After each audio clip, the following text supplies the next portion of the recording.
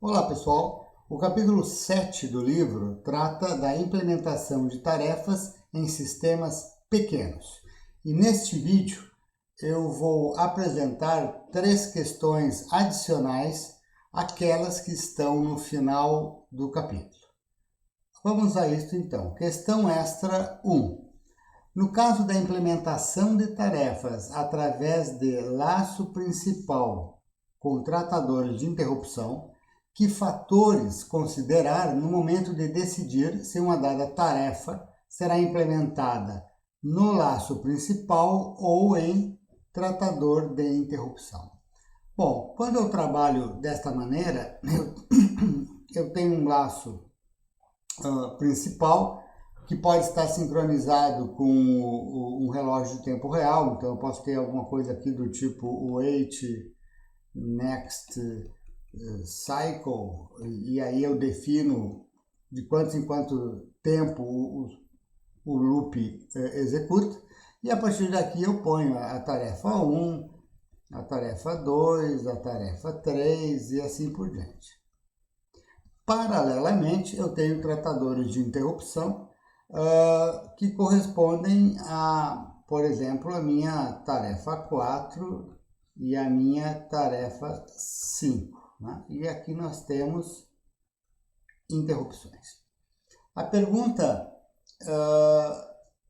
refere-se, então, aos fatores que eu considero para decidir aonde colocar uma nova tarefa. Vamos supor que eu tenho agora uma tarefa 6 e eu tenho que decidir se eu coloco ela aqui dentro do laço principal ou se eu associo ela a um tratador de interrupção. O primeiro fator que eu vou olhar é o deadline. O deadline da tarefa 6. Né? Normalmente a gente falaria em D6. Por quê? Porque se esse deadline for muito apertado, eu não vou conseguir respeitá-lo colocando a tarefa 6 no laço. Se eu coloco, por exemplo, a tarefa 6 aqui, caso o evento que dispare sua execução ocorra imediatamente após ela passar pelo laço, eu vou ter que esperar a execução da volta completa para chegar aqui novamente. E eu posso não tolerar isso. Dessa maneira, o caminho seria coloca a tarefa 6 como um tratador de interrupções, de maneira que, tão logo o evento em questão aconteça, a tarefa 6 é executada. Ela ainda vai ter que disputar o processador com T4 e T5, conforme as prioridades de interrupções que eu estou usando, mas ainda assim vai ser muito mais rápido do que colocar no laço principal. Um outro aspecto interessante é a questão de período, né? Seria o P6.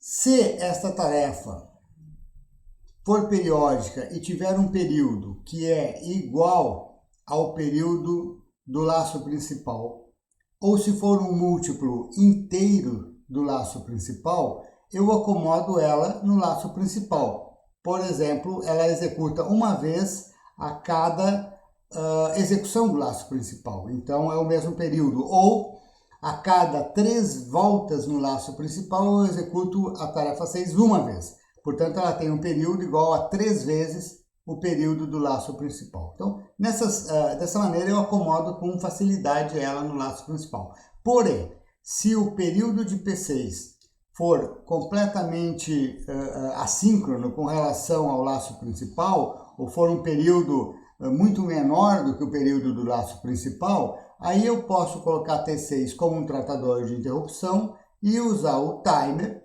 para que no período desejado, né, T6 seja executada. Então, são os requisitos temporais de T6 que vão me guiar na colocação dela no laço ou como tratador. Existe uma terceira questão, que seria o caso, por exemplo, de T6 estar mesmo associada com um periférico que gera interrupções. Aí eu tenho dois caminhos, por exemplo. O periférico gera interrupções, mas eu ignoro as interrupções dele, coloco o T6 aqui no laço principal e a cada volta do laço principal, usando o que a gente chama de pooling ou polling, eu testo uma determinada flag, né? Testo uma flag e se o evento em questão aconteceu, eu executo o T6, se não, não. Ou seja, eu substituo a interrupção pelo pooling, pelo polling. Uma outra forma é algo semelhante. Eu coloco aqui num tratador de interrupção simplesmente um comando do tipo flag igual a verdadeiro, true, né? E aqui no laço principal eu coloco algo do tipo if flag igual a true, então eu executo T6. Nesse caso, é como se eu tivesse um T6 linha e um T6 duas linhas. Eu dividi T6. T6 tem uma parte agora como tratador de interrupção, tendo uma resposta rápida, fazendo aquilo que precisa ser feito rapidamente. E, ao final, o tratador de interrupção liga essa flag. No laço principal, a próxima vez que a flag é testada, caso verdadeira, eu executo a segunda parte, a parte lenta de T6. Então, eu tenho agora uma parte rápida, né, de T6, como tratador de interrupção, e uma parte lenta de T6 no ciclo principal. Outros fatores poderão entrar em causa, mas aí começa a ficar muito mais dependente das aspectos específicos da minha aplicação. Tá bom? Questão 2. Explique por que entrada e saída síncrona não pode ser usada em soluções do tipo laço com tratadores de interrupção, mas pode ser usada em soluções do tipo microkernel. E nós falamos aqui de entrada e saída síncrona. O que é entrada e saída síncrona? É aquela que bloqueia, né? Bloqueia a tarefa até a conclusão. Por exemplo, se eu dou um sleep, a thread fica bloqueada até o final da operação de sleep. Se eu dou um getChar bloqueante, a thread fica bloqueada até que algo seja teclado e assim por diante. Agora, a resposta, né, é a seguinte: no laço com tratadoras de interrupção, eu tenho, né, o laço, a gente acabou de ver isso, e os diferentes tratadores. Ora, se aqui no meio do laço eu executar uma tarefa bloqueante, ou sleep, o getChar, um read de alguma forma, ou se eu tiver uma entrada e saída síncrona, portanto, bloqueante, síncrona, eu vou parar o laço principal. E isso significa que eu vou parar não só a tarefa interessada, né, na entrada e saída síncrona, mas eu vou parar tudo mais que eu faço no laço principal. E eu não quero fazer isso, eu não posso, em geral, fazer isso.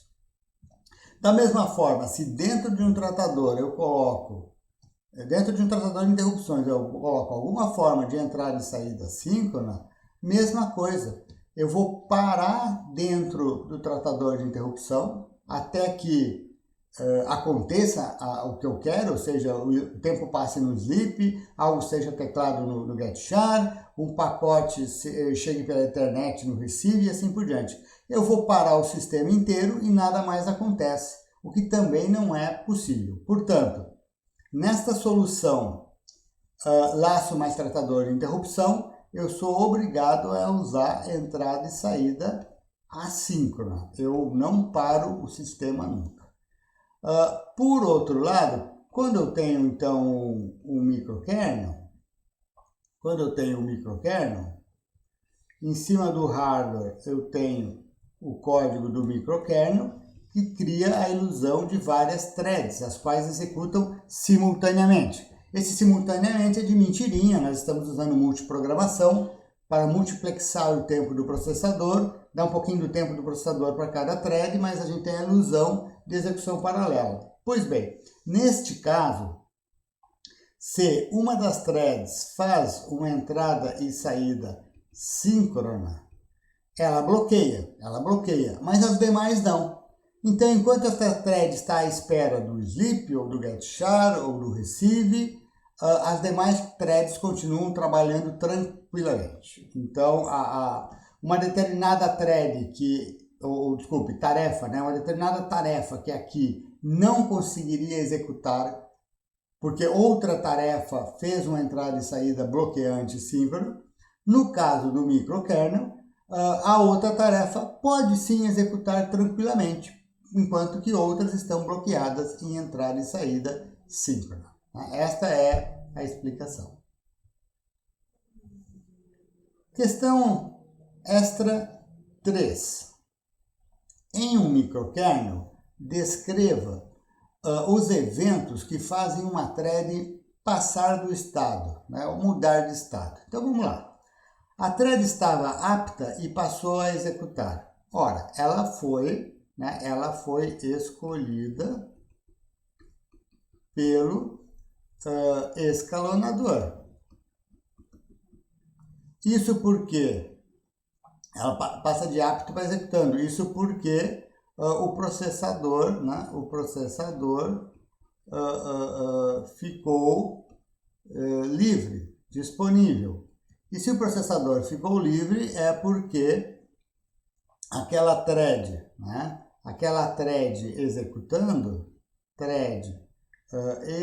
executando, ela ou concluiu ou ficou bloqueada. Normalmente ficou bloqueada, mas ela pode ter sido destruída,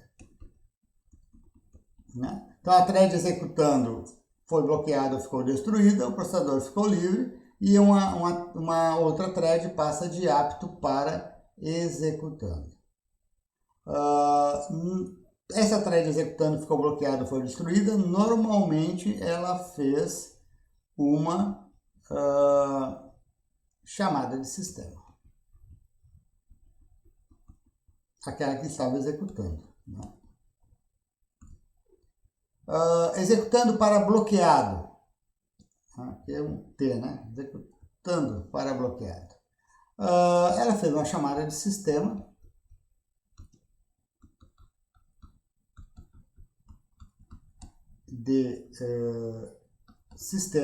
E ficou bloqueada. Ela chamou um sleep, um read, um get char, né? E ficou bloqueada. Fez uma chamada de sistema. Ficou bloqueada. E, finalmente, bloqueada para apto, né? Nós tivemos um periférico que gerou uma interrupção de hardware, né? A chamada de sistema bloqueante, porque ela estava bloqueada, né? Então, uma chamada de sistema bloqueante daquela thread foi concluída e ela passa para apto.